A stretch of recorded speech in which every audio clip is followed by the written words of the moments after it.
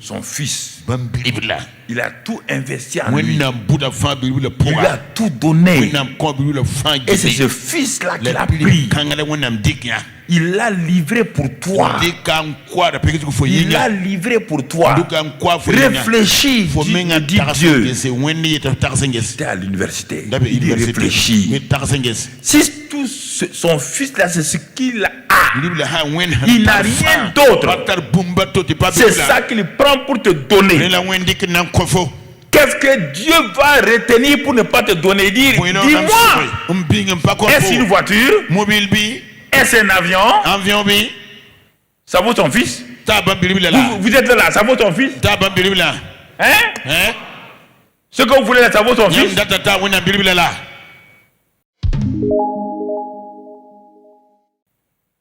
Daniel a régné. Joseph a régné. Les trois amis de Daniel ont régné.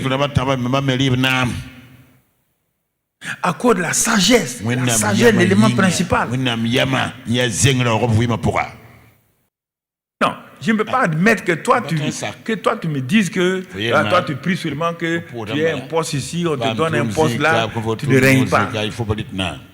Bezalel a régné. Bezalel a régné. Tu le trouves dans Exode 35, verset 30 à 33, on ne va pas le lire. Maintenant, tous ces jeunes gens-là de l'Ancien Testament ont régné. Et sans qu'on leur dise qu'ils doivent régner. On ne leur a fait aucune promesse. Mais nous, Romains 5, 17 nous dit, par l'abondance de la grâce et le don de la justice, nous devons régner sur cette terre-là en Jésus. Nous devons régner dans la vie par Jésus-Christ. Ces gens-là, on ne leur a même pas fait de promesses. C'est eux-mêmes qui ont dit, nous allons avoir confiance en Dieu. En ayant confiance en Dieu là, ils ne cherchaient pas de la place. Puisque aucun d'entre eux, Daniel était esclave. Joseph, esclave. Ils ne cherchaient pas de la place. À travers la sagesse, ils ont quitté l'esclavage. On les a trouvés en train de régner. Je ne sais pas. Je ne sais pas. Qu'est-ce qui peut t'empêcher? Je ne sais pas. Je ne comprends pas. Peut-être là, quand on te donne du travail, d'abord, tu n'es pas fidèle dans le peu de travail qu'on te donne. Tu fais un petit travail, tu vas bouder, tu vas parler, murmurer. Dieu va élever un homme comme ça? Dieu va élever une fille comme ça? Je ne sais pas. Changez votre christianisme. Hein? Ça ne sert à rien. Allez gêner là où vous voulez. Allez gêner chez tous les prophètes de Ouaga. Vous viendrez me trouver ici. Allez gêner. Et revenez. Tant que vous n'allez pas obéir à ce que j'ai dit, là, vous ne changerez pas, vous ne serez pas élevé. On ne règne pas par la prière. On ne règne pas la sagesse, la faveur, on dit tout par le Saint-Esprit, pas par la prière. Alors, si ces gens-là ont régné, regardons quelque chose, Luc 7. Luc 7, verset 26. On va comprendre, on va entrer dans le Nouveau Testament. Maintenant, on va finir avec les gens de l'Ancien Testament. On vient dans le Nouveau Testament, mais transitoire, c'est la vie de Jésus. Jésus pose la question à ses disciples et aux autres. Qu'êtes-vous donc allé voir? Il parle de Jean-Baptiste. Un prophète? Il dit oui. Vous dis-je. Il est plus qu'un prophète. Il dit, Jean-Baptiste que vous êtes parti voir là. On dit qu'il est au désert. Il est là. C'est un prophète, hein? Les gens ont dit oui. Il dit, il est plus qu'un prophète. Les gens commencent à admirer. La suite, mon ami. La suite. C'est celui dont il est écrit, voici, j'envoie mon messager devant ta face. Pour préparer ton chemin devant toi. Il dit, c'est plus qu'un prophète. C'est celui qui annonce, qui introduit ma venue. C'est celui qui a préparé le chemin devant moi. C'est celui-là comme ça. Et là, ce n'est pas fini. Mais on dit que parmi ceux qui sont nés de femmes là, il n'y a point de plus grand que Jean. Il a fini, il règne sur tout l'Ancien Testament. Si on dit qu'il n'y a pas de plus grand, ça veut dire que Abraham n'est pas plus grand que lui, Moïse n'est pas plus grand que lui, ni Daniel n'est pas plus grand que lui. On dit cependant, le plus petit dans le royaume de Dieu, toi, le plus petit dans le royaume de Dieu, mon frère, il y a quoi? Est plus grand que lui. Non, il ne faut pas dire Amen. Tu dis ça il y a longtemps et tu ne bouges pas. Il faut arrêter de dire Amen inutilement. Il est plus grand que lui. Il est plus grand. Plus grand. Le plus petit. Si tu crois que tu es le plus petit dans le royaume des cieux là, tu es né dans le royaume des cieux là, et tu considères que tu es le plus petit là, Dieu dit que tu es plus grand que Jean-Baptiste, donc tu es plus grand qu'Abraham, tu es plus grand que David, parce qu'ils ne sont pas fils. Toi tu es fils. David n'est pas fils. Abraham n'est pas fils. Ils étaient tous des serviteurs.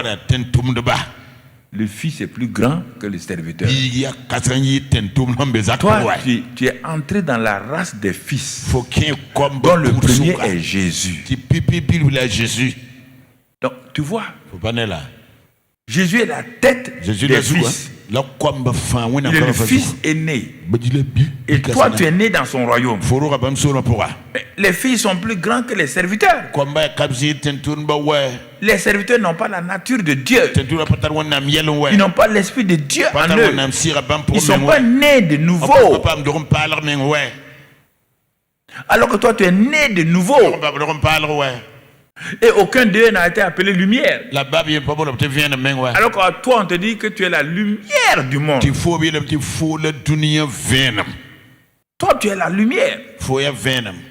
Et tu n'arrives pas à éclairer ton monde. Tu n'arrives pas à éclairer ton environnement.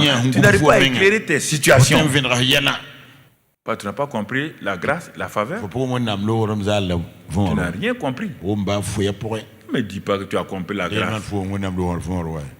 Regardez un homme qui est dans les ténèbres. Il s'appelle Saul de Tarse. Dans les ténèbres. Complètement. Un persécuteur de l'église. Mon frère, il rencontre ce Jésus-là. Le fils là, il le rencontre. Il l'accepte. Et brusquement, Saul de Tarse rentre parmi les fils. Saul de Tarse dit, mais je perdais mon temps. Il y avait un grand privilège qui m'échappait. Mais je ne savais pas que être chrétien là, c'est être fils de Dieu. Tout de suite, il a pris ça au sérieux. Paul a pris ça au sérieux. Le problème, c'est que tu ne prends pas au sérieux. Tu es en train de chercher des choses. Tu es en train de chercher des bénédictions. Tu es en train de chercher la protection. Tu ne prends pas Dieu au sérieux. Non, vous êtes là. Vous ne prenez pas Dieu au sérieux. Mais regarde-le. Il dit, ah bon? Il dit, mais c'est ça là que vous vivez? Et puis vous êtes là en train de courir comme ça là. Paul dit, ah bon? Mais il dit, moi je vais courir. C'est une course là. Je vais courir pour remporter le prix. Mais vous marchez là-dedans, on dirait que c'est quelque chose. C'est une course. Il y a une couronne qui est réservée aux gens. Est-ce que tu sais que c'est une course? Tu sais que c'est une course? Non, tu sais pas que c'est une course. Plaignez, on m'a pas donné ça, on m'a pas salué hier, et ça te fait quoi? On t'a salué, on t'a pas salué hier, ça te fait quoi? Des plaintes, des murmures inutiles qui vous amènent nulle part. Regardez tous les épîtres de Paul là. Il dit quoi? Il dit, mais j'ai reçu 40 coups moins un. Trahi par les faux frères. Il dit, mais dans toutes ces choses, je suis plus que vainqueur. Il a pris ça au sérieux. Son cœur qui était attaché au mal. Maintenant que son cœur était tourné vers la vie, vers Jésus-Christ, il a dit, pas question. Toi, ton cœur est divisé. Tu veux le monde, tu veux Dieu. Tu ne sais pas que si tu gagnes Dieu à 100%, tu vas dominer le monde. Ce que tu veux là, Dieu va te donner. Dans l'épître de Paul, il écrit aux Romains, il dit, mais je ne comprends pas. Vous êtes élus pour être plus que vainqueur. Il dit, lui, Dieu, il dit, lui, quand j'ai lu ça la première fois, j'étais à l'université. Mais je me suis assis, il dit, oui, Dieu m'a oublié. Il dit, lui, Dieu, qui n'a pas épargné son propre fils. Il n'a pas épargné son fils. Il l'a donné pour vous. Comment ne vous donnera-t-il pas toutes choses avec lui? Et tu comprends que le Fils de Dieu là, c'est son tout? J'ai dit non. C'est son tout comme ça. Dieu n'a pas autre chose que son fils. Tout est sur lui. Son fils. Il a tout investi en lui. Il a tout donné. Et c'est ce fils-là qu'il a pris. Il l'a livré pour toi. Il l'a livré pour toi.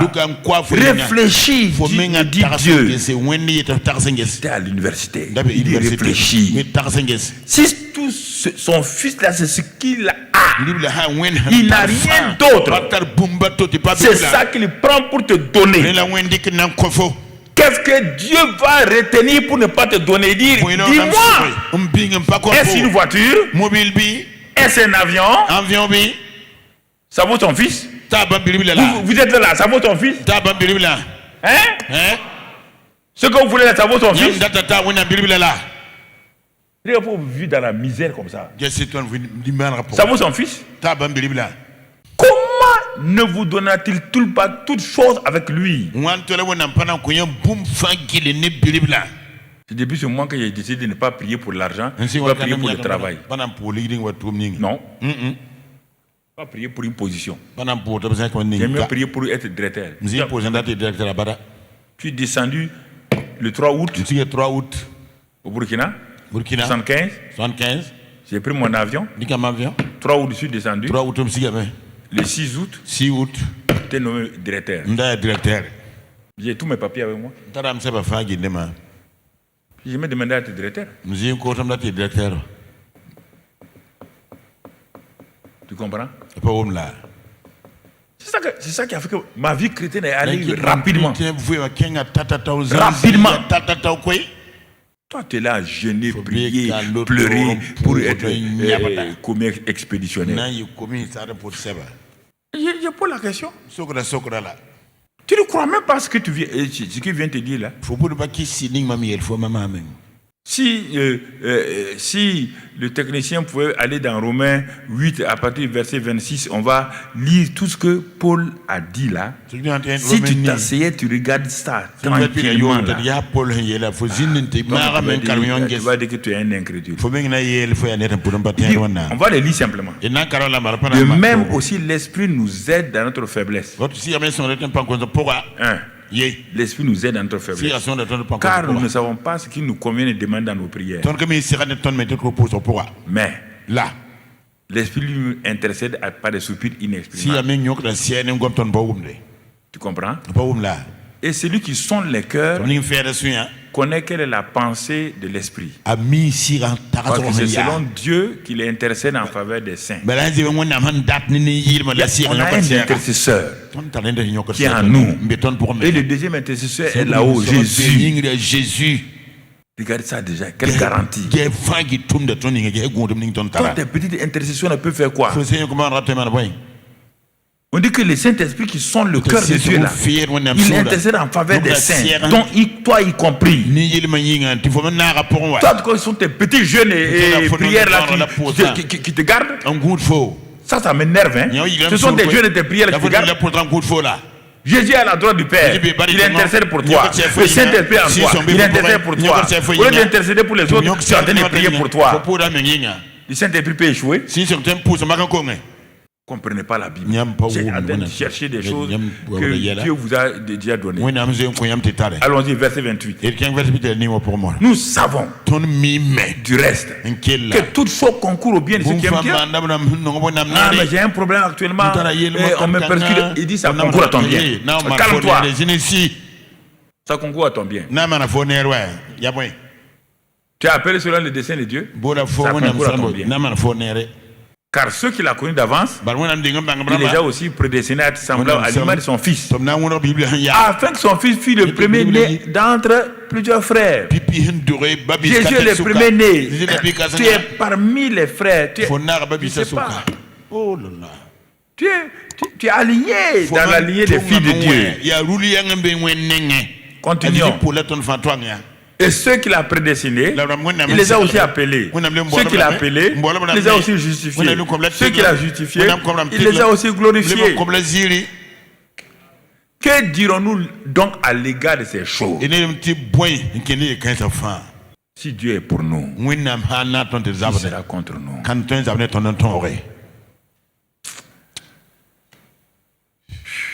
Ah, on est contre moi. Qui? Dieu est pour toi. Toi, tu manges avec Dieu. Qui sera contre toi? Tes misérabilités comme ça là. Qui sera contre toi? Tu m'as déjà vu, je me suis plaint. Tel pasteur est contre moi, tel ministre est contre moi. Celui qui est contre moi, je m'en vais, je dis à mon père. Quand on est contre l'enfant de quelqu'un, il dit à qui? Il dit à mon père, bon, lui, il est contre moi. Bon, tu sais comment régler les problèmes de mes ennemis? Ça ne m'intéresse pas. Vous ne parlez pas à Dieu comme allez, je n'ai prié. Que le feu n'a qu'à tomber. Dis à ton papa de régler le sort. Vous ne lisez pas ces passages-là. Tout Romains 8 là, verset 1, jusqu'à la fin là. Il y a révélation sur révélation. Il y a verset 1 là. Il dit quoi? Il n'y a plus de condamnation pour ceux qui sont en Christ. Hein? Le verset 1. Il n'y a donc aucune condamnation pour ceux qui sont en Christ. Ça commence par là. Non, tu ne lis pas ça. Tu vas aller lire Jéricho, élevé, de la poussière, on fait asseoir sur les grands. C'est la théorie de Anne. Laisse Anne tranquille. J'enseigne Anne, mais je ne vis pas comme Anne. Je suis supérieur à Anne. On revient à Romains. Qui sera contre nous? Lui, voilà le verset principal. Lui qui n'a point épargné son propre fils, il ne l'a pas épargné, mais qu'il a livré pour nous tous, sans exception, pour nous tous. Comment ne nous donnera-t-il pas aussi toutes choses avec lui? Va t'asseoir, si tu crois à ça, va t'asseoir. Ta vie va changer. Si toi tu crois à ça, ta vie va changer. Tu vas prier pourquoi? On te dit que lui qui a fait ça là, il va te donner toutes choses avec lui. En tout cas, si c'est les choses indispensables là, il va te donner. Mais si c'est les choses secondaires que toi tu veux pour frimer dans la vie, il ne va pas te donner. Tu comprends? Bon, verset 33, etc. Au verset 37, il va dire là-bas, qui accusera les élus? C'est Dieu qui justifie. Qui les condamnera? Christ est mort. Bien plus, il est ressuscité. Il est à la droite de Dieu. Et il intercède pour nous. Moi, je ne sais pas. Saint-Esprit intercède. Christ intercède pour nous. Quelle garantie tu veux? Quand tu cours chez un prophète alors que Dieu même, le Fils et le Saint-Esprit sont en train d'intercéder pour toi.